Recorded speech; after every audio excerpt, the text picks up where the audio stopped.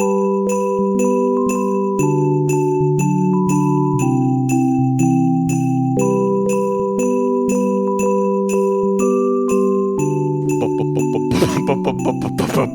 the 8th day of Child's Play, our Alex gave to me 8 milking tables, 7 crows attacking 6, 6, 6, 5 strawberry shakes, 4 Egan tulips, 3 Joe Rogans, 2 Subarus, and the pianist on DVD. 8 fucking what? Milking tables? Milking tables. 8 milking tables. Are they tables? What is milking? Is it when you and I sit down and just crush fucking lactose until we die?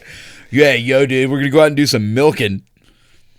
I'll put it this way. You could search that term on very specific sites.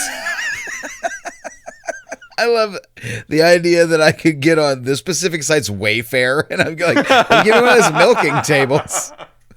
And they're like, we have a couple options. Tables for you to do milking on, tables for you to be milked on, tables for you to milk. Just a table with an udder hanging under it so I can practice. like for the excitable young farmhand. Let's call this a choose your own adventure. You can have those 8 tables or a variation of those. Milking table for the wench on the go. Dissatisfied with your lot in life in this medieval peasant village? Well, learn the skills of milking and move on up. Grab one of our handy-dandy milking tables. Get those digits in top udder squeezing form, baby. And then once you're fully trained, you can join the union, which was referenced in a previous episode. Yeah. All right. Well, I'm really excited about today's episode. Today, we are each making a case for somebody who's on the naughty list that we think should go onto the nice list. Yeah. And then obviously for the next episode, spoiler alert, we're going to do the opposite of that.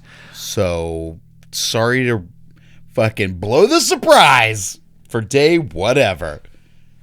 But you don't know what's going to be after this sweet milking table, so tune back in for that if No, nothing you don't. else. No, you don't. Oh, I know what it is. Okay. What are these ladies going to do? Get milked. Who says they're ladies? You don't know. You don't know what I wrote down. My contention to you on this day, I would like to nominate Elon Musk to be moved from the naughty list to the nice list. You've got some work to do, sir. These are supposed to be like 8-minute stocking stuffers. You better have a goddamn essay written and some fucking numbers. You better have a fucking pie chart in your pocket. A thesis, if you will. All right. Let me tell you the best part about Elon Musk. And I think this reason alone could transition him from naughty to nice. Sure. Because no one else in the history of the United States ever has shattered the myth of meritocracy like this one dipshit. The billionaire who is working the absolute hardest to show truly that the emperor has no clothes, that CEOs don't do anything because he's CEO of 3 companies and he just X's all day. And also is like top 5 in League of Legends or something stupid like that. Do you think he fucking says? Do you think he will send one and then be like, "Sick X, dude," to himself? Just like he just constantly is like, "Read your X today." He's the only person on the planet not calling him tweets. Well, just gotta lay down some sweet X's, guys. He's still trying so hard. I do love the theory that he keeps doing the dipshit jump to look like an X. Yeah. So he's like, the brand. I've started to see discourse from people that are like, "Hey, dude, we, the autistic community, need you to shut the fuck up about saying that you're weird because you're autistic. The rest of us aren't assholes, man. You can't fucking stop trying to lump yourself in with us, people who just, are trying to be, and stop trying to lay your douchebaggery at our doorstep, you motherfucker." See, this is news to me. So is he openly saying he's neurodivergent? A lot of time he'll do something. He'll do something heinously socially awkward and weird, or he'll do something like use his child as a human shield for 3 days. Right. And then he'll be like, well, yeah, then he'll say things like, well, this is difficult for me because I'm autistic. And you'll be like, and then the internet will clap back like, no. No. You can't just it's like you can't play that A card when people are mad at you. You've got to you have to be on the clock all the time. Now, see, this is good. This is good. This plays into my point. Recently, you've had the Good Doctor. You've had these savant depictions, and it's important to remember that if he's telling the truth and he is neurodivergent, that they can also suck, and that's true equality. And Yes. I think it's important to have that balance. So, Shatter the Myth of Meritocracy unequivocally proves that billionaires are not special. Yep. They're not geniuses. They're just dragons hoarding wealth. Normalizes autism into a true spectrum so that we can see that it does manifest in many different ways and doesn't just make people Rain Man. And Much like sexuality, autism morality is a spectrum. Autistic morality is a spectrum. Thank God we're not titling these episodes, or that would have to be it, and we would go to jail. But I mean, you're not right. I mean, you said it really perfectly at the beginning that I love the sentence, no one's working more actively to show that the emperor has no clothes, because he is just parading his wang down the street. He is absolutely. God, wouldn't it be great to see him with a little scepter and a crown just fucking strutting his awkward body down the street going, look at my new suit. Look at my new company. It's so shiny and new. I just don't think we're far off from that point. So for his dipshittery, I nominate Elon to be moved to nice for this year only, though. I want to be clear. This isn't an in perpetuity thing. Yeah, I Just for feel now. like we're moving him to the cosmically necessary list and not necessarily the nice list. That's the famous list that Santa doesn't really talk about, No, but is equally as important. He tries not to check that one because you look at it and you're like, fuck Trump, fuck Luigi, fuck these cosmically, shit, Kyle Rittenhouse on there. God damn it, I don't want to deal with how cosmically necessary all this tragedy is. It's terrible because because the argument there becomes this guy is the emperor, and in order for the resistance to come, we don't get Luke Skywalker without fucking the emperor. And is it worth it? Maybe. Yeah, and we don't get that awesome sequel trilogy without the emperor again for some reason too. Apparently, he's just still around. I still haven't finished it. Never did. I don't know. I watched. Not a reason to. It's so fucking Listen, shitty. dog. I didn't hate it. I didn't hate 7 and I didn't hate 8, and everybody was so pissed off about 8. I quit. I just walked away. I was like, oh, okay. If we're not just going to enjoy Star Wars movies anymore, I'm out. It's how I got with Marvel. It's how I get with a lot of things. I'm like, if we're not just going to be like, yay, then I'm not interested in being here. I finally watched Guardians 3 a week ago, and it was great. It's fucking awesome. Yeah, but that's It's because really, it's James Gunn and not really Marvel. good. Yeah, absolutely. Yeah, I'll watch James Gunn do anything. I'm gonna watch this new Superman movie. I don't give a fuck. Yeah, sure. But, yeah, oh man. So I'm supposed to have one too. Yeah, you're supposed to have one now. I was supposed to have a good one, and I was supposed to think of a really excellent one by right now. So I'm trying to not think cosmically necessary, and I'm also trying not to just say the dude who fucking capped a CEO. The guy who capped that dude? The guy who just murdered a fucking CEO in the street.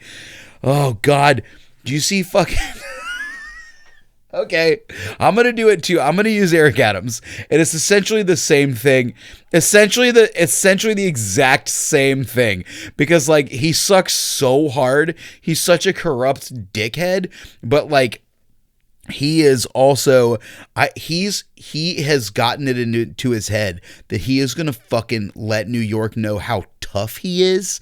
Did you see it? This happened today as we're recording it, that he met Luigi Mangione near the at the plane that brought him here for trial, and God. fucking had on kick-ass cool guy sunglasses and stood next to him and perp walked his ass into a car like he was in a fucking Bad Boys movie. And I think that's the thing too. It's just like this guy, obvious. He's at a point where he is.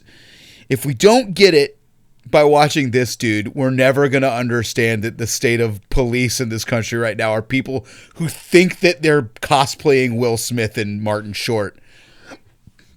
Martin Short. That's not his name. Martin Lawrence. Although, man, goddamn, I'd watch that movie.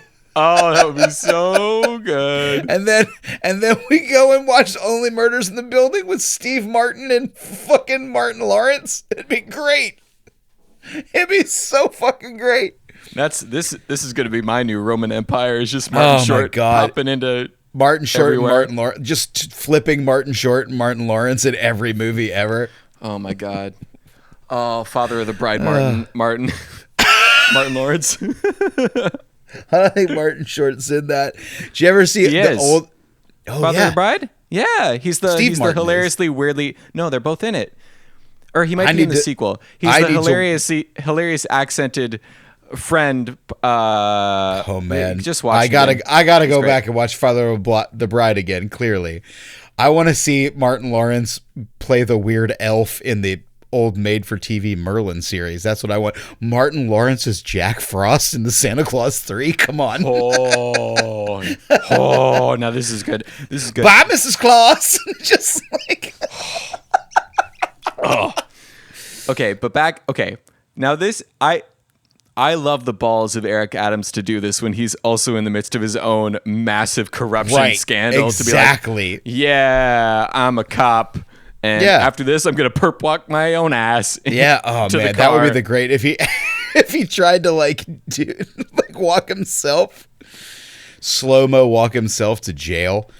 He's gonna put a handcuff on one wrist and put just that arm behind him, and then walk. Be like, this is symbolic for some reason. He's fucking Harvey Denting it into the penitentiary.